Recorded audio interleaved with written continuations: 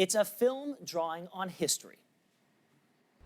It's 7 o'clock in the morning, Eli. What the hell are you doing here? You have a story that needs to be told. Oh, Eli, please.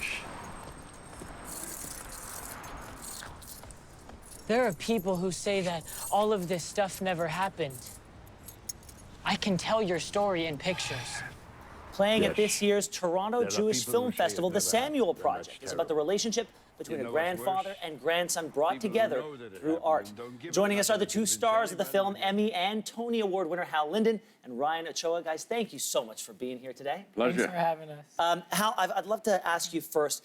I heard that the initial story of this film is not the story that people are going to see on the big screen. Not at all. It was originally about a Holocaust survivor who actually went back and confronted the man who shot him, you know. But as we worked on it, the frame became his grandson trying to get the story, and the picture morphed into a picture about communication, about how one generation, the generations by definition do not communicate because they have different histories, different contexts of their lives. You know, I mean, we speak different languages. So it became about communication and art as the method of communication. So the Holocaust looms large, but it's not a film about the Holocaust. No, not Not at at all. all, no. Not at all. That's just the backstory. Well, let's talk about this. So the bridging these generational divides, because the two of you do come from two completely different Hollywood experiences. World experience. World experiences, World absolutely. experience, So what was you it like working together? Oh, it's Hal Linden. It's Mr. Hal Linden. Yeah.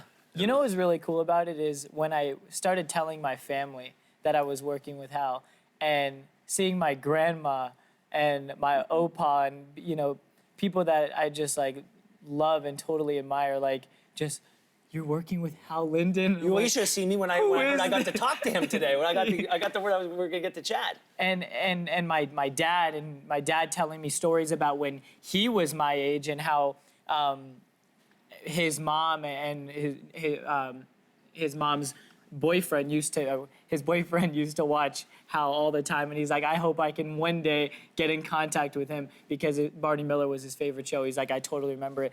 So for me, being able to bring all of them together, kind of just by working with Hal, and it's an honor. How cool is that? It's also, excuse me, as somebody said, we tripped into the method acting of the relationship because we did have totally different languages, totally different histories.